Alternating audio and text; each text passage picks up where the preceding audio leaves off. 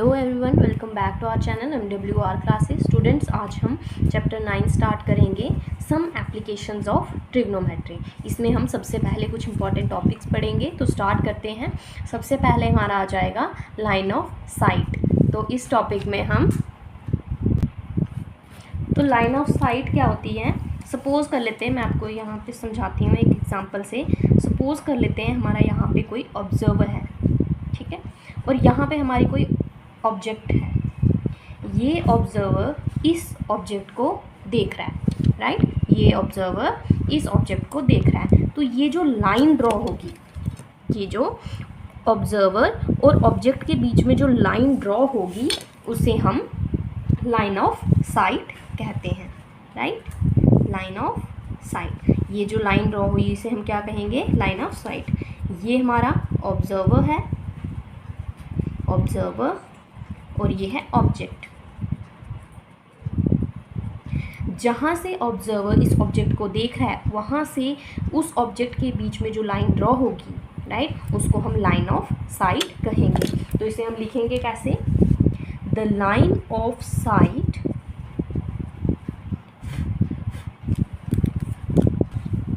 the line of sight is the line drawn from the eye of the observer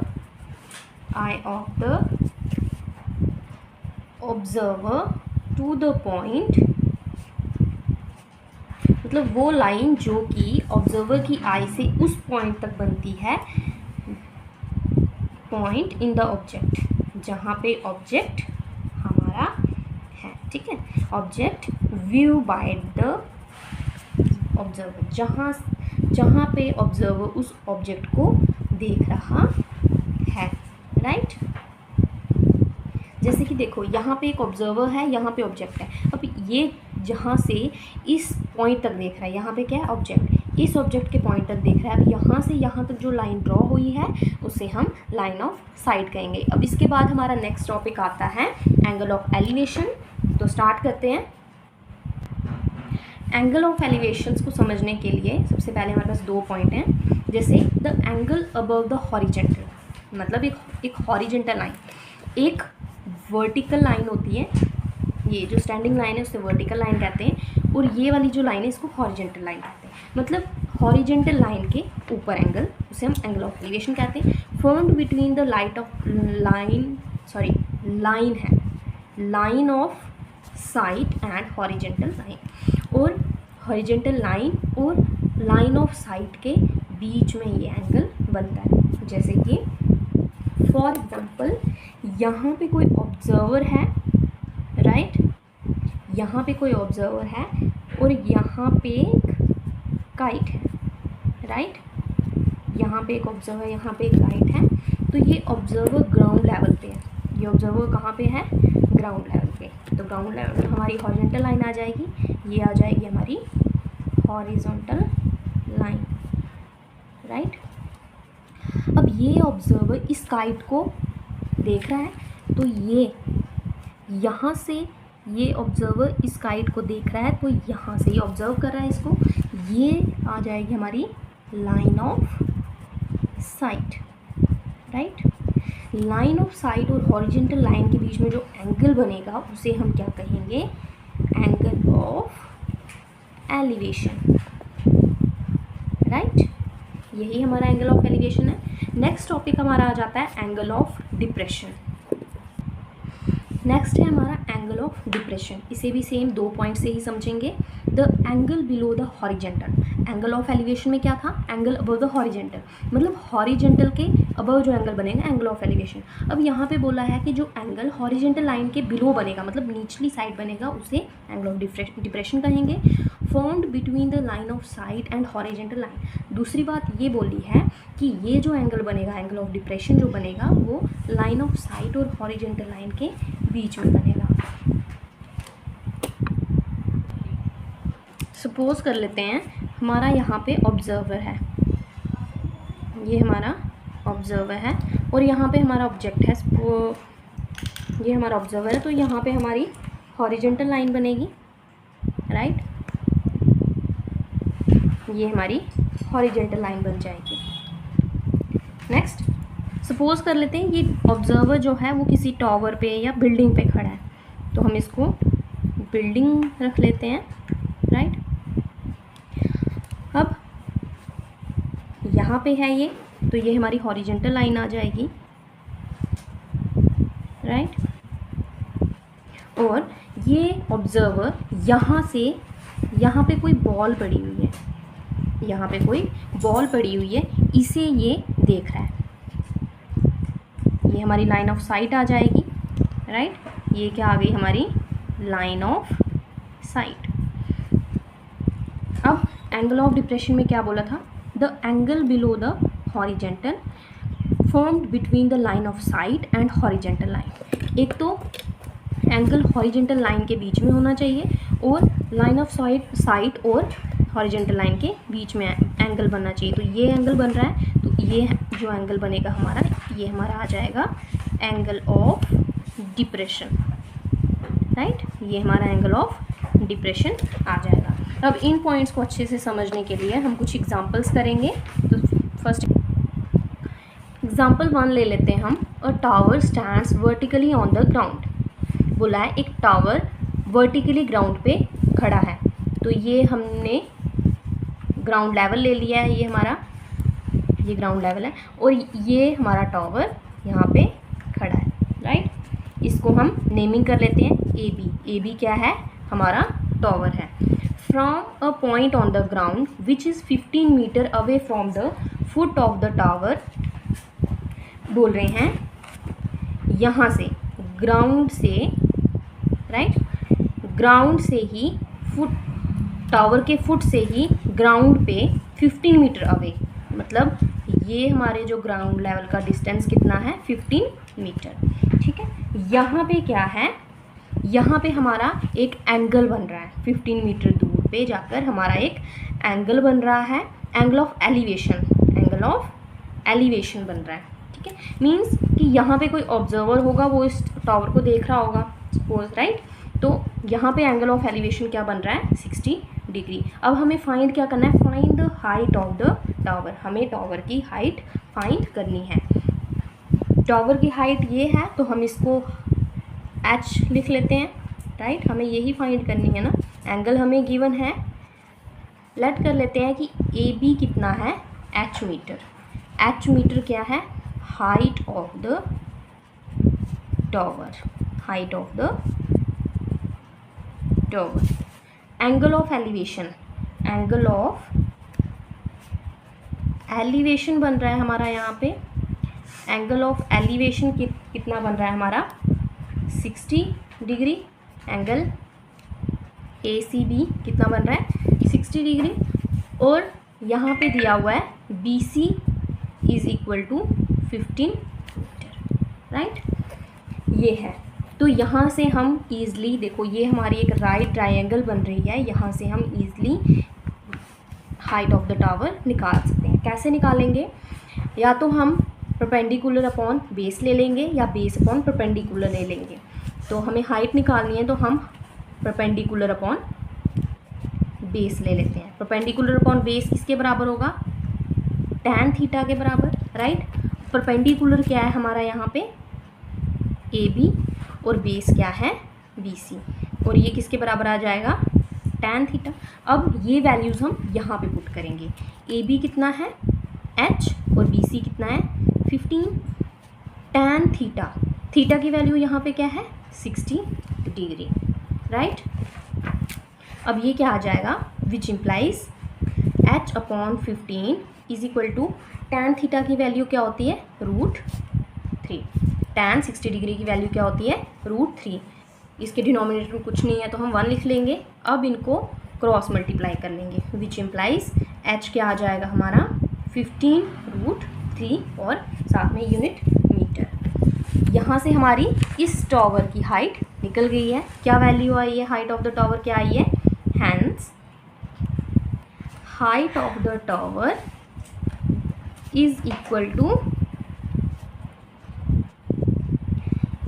is equal to 15√3 metre, right.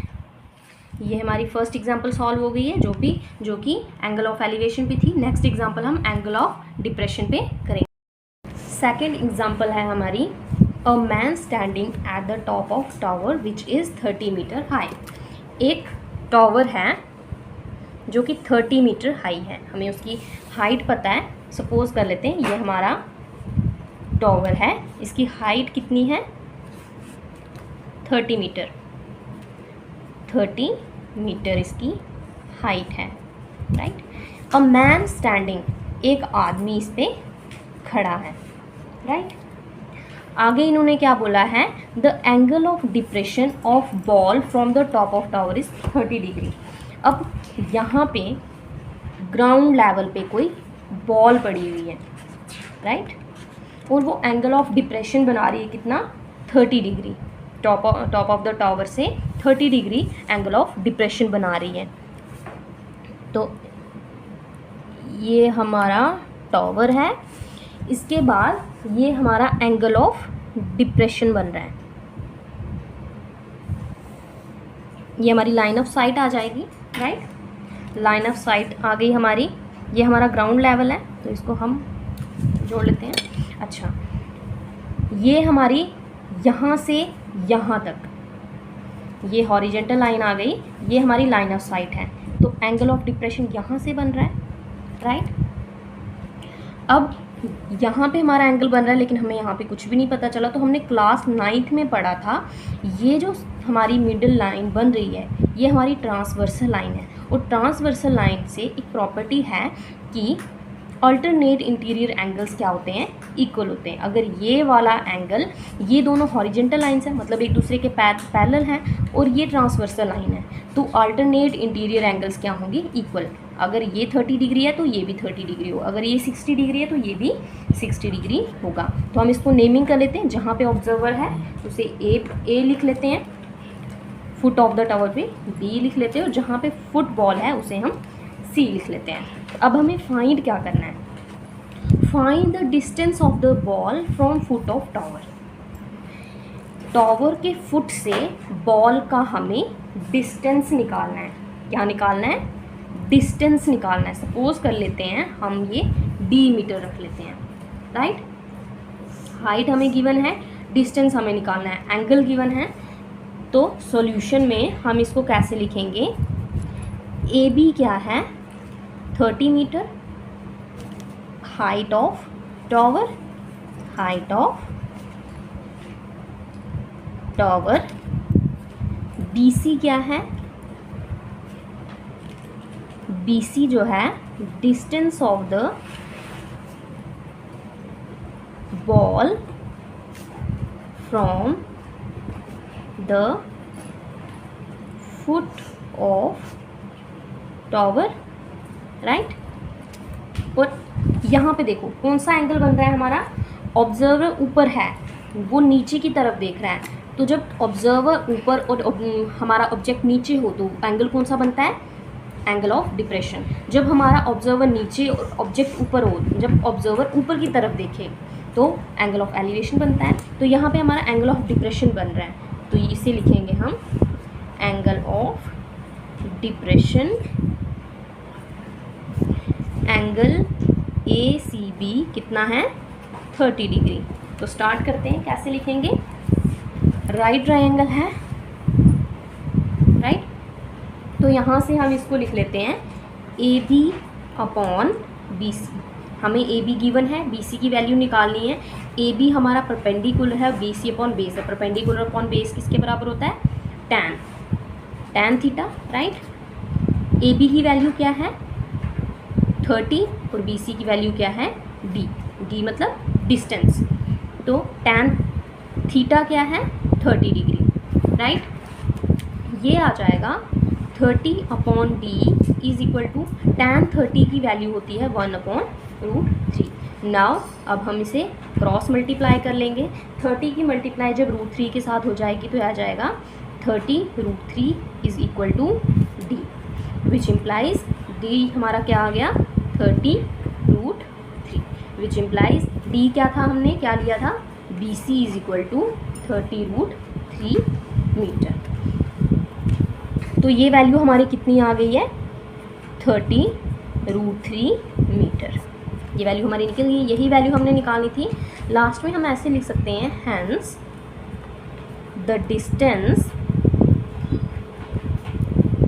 Of the ball from foot of tower is equal to 30√3 metre. ये दो हमने examples लेके angle of elevation और angle of depression solve किया। इसी तरह से हम एक्सरसाइज के क्वेश्चन भी सॉल्व करेंगे। तो स्टार्ट करते हैं हम एक्सरसाइज 9.1। एक्सरसाइज 9.1 का फर्स्ट क्वेश्चन है, a tree breaks due to storm and the broken part bends so that the top of the tree touches the ground making an angle 30 degree with it. एक tree तूफान की वजह से टूट गया है और जो टूटा हुआ पार्ट है वो इस तरह से बेंड हुआ है कि जो उसका टॉप ऑफ द ट्री है वो ग्राउंड को टच कर रहा है इस तरह से कि वो एक एंगल बना रहा है 30 डिग्री ग्राउंड के साथ मिलके। The distance between the foot of the tree to the point where the top touches the ground is 8 metre.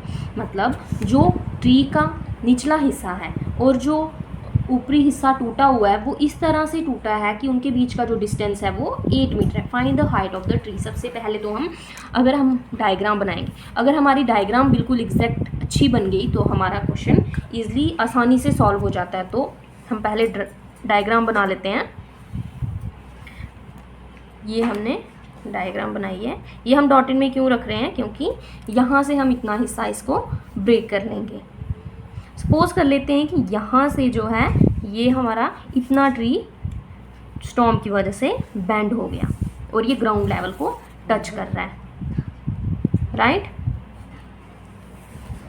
ये हमारा ग्राउंड लेवल है। ग्राउंड लेवल पे इन्होंने क्या बोला है कि ये जो डिस्टेंस है foot of the tree to the top of the tree जो कि बेंड हुआ है ग्राउंड पे, उनका जो डिस्टेंस है वो कितना है, 8 मीटर, राइट। हम इसे नेमिंग कर लेते हैं। हाइट ऑफ द ट्री रख लेते हैं हम AB। यहाँ से बेंड हो गया है, इसे हम C पॉइंट रख लेते हैं और इसे हम D पॉइंट रख लेते हैं। इस तरह से बेंड हुआ है कि हमारा जो एंगल बन रहा है वो 30 डिग्री बन रहा है, राइट।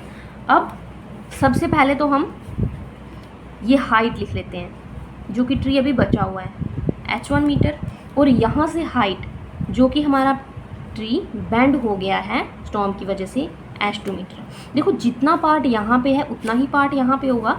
अगर यहाँ से यहाँ तक पार्ट H2 मीटर है तो यहाँ से यहाँ तक पार्ट भी कितना होगा, H2 मीटर ही होगा, राइट। तो ये हमारी डायग्राम बन गई है।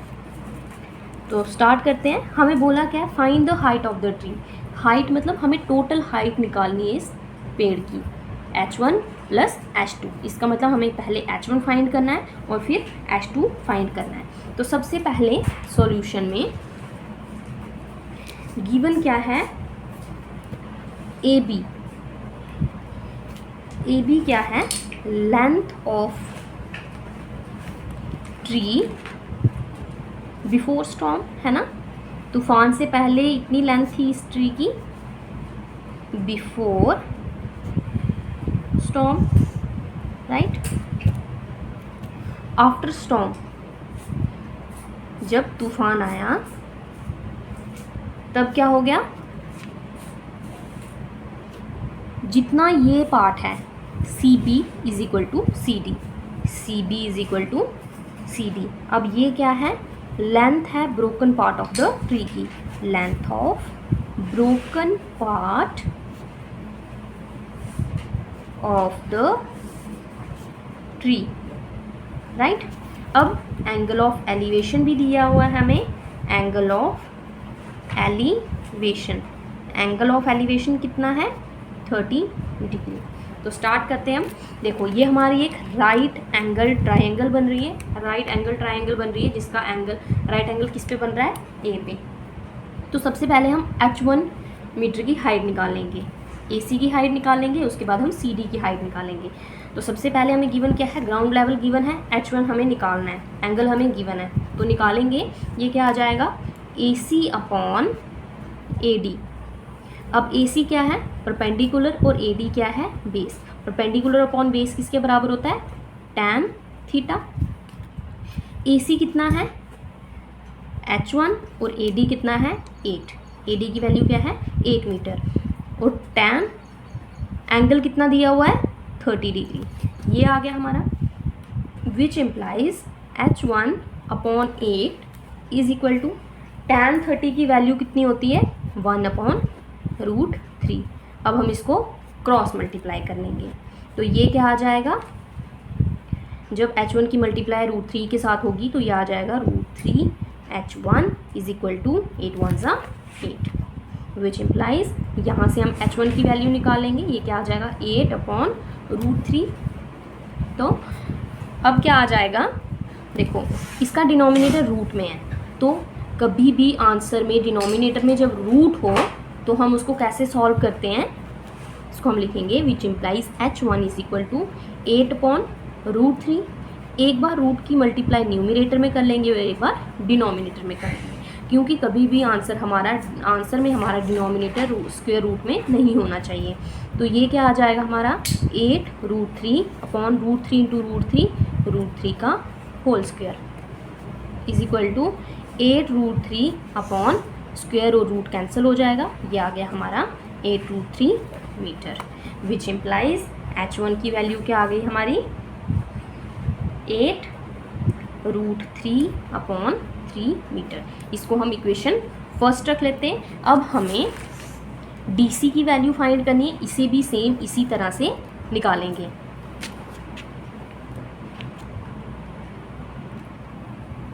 ऑल्सो ये आ जाएगा हमारा,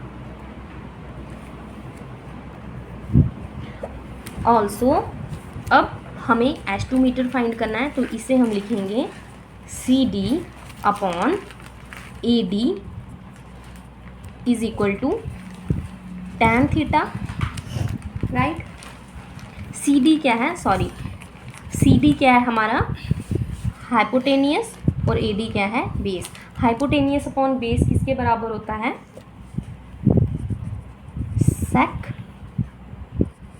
30 डिग्री। ये हमारा आ जाएगा sec थीटा के बराबर होता है हाइपोटेनियस अपॉन बेस, तो एंगल हमारा 30 डिग्री है, तो यह आ गया sec 30 डिग्री, विच इम्प्लाइज CD क्या है, H2, और AD क्या है, 8 metre is equal to sec 30 की वैल्यू है 2/√3। अब इसको हम क्रॉस मल्टीप्लाई कर लेंगे, विच इम्प्लाइज H2 √3 की मल्टीप्लाई जब H2 के साथ होगी तो आ जाएगा √3 H2 is equal to 8 into 2, which implies √3 H2 is equal to 8 2 16, which implies H2 की वैल्यू क्या आ जाएगी, 16/√3।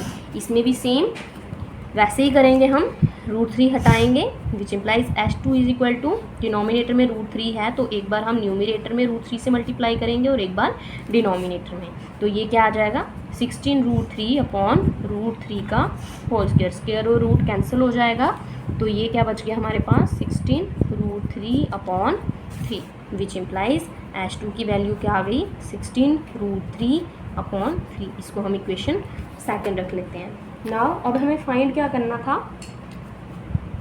Total height of the tree, total height of the tree, total height of the tree किसके बराबर है, देखो H1 प्लस H2, तो height of the tree किसके बराबर आ जाएगा H1 प्लस H2। नाउ अब यह आ जाएगा H1 की वैल्यू क्या है,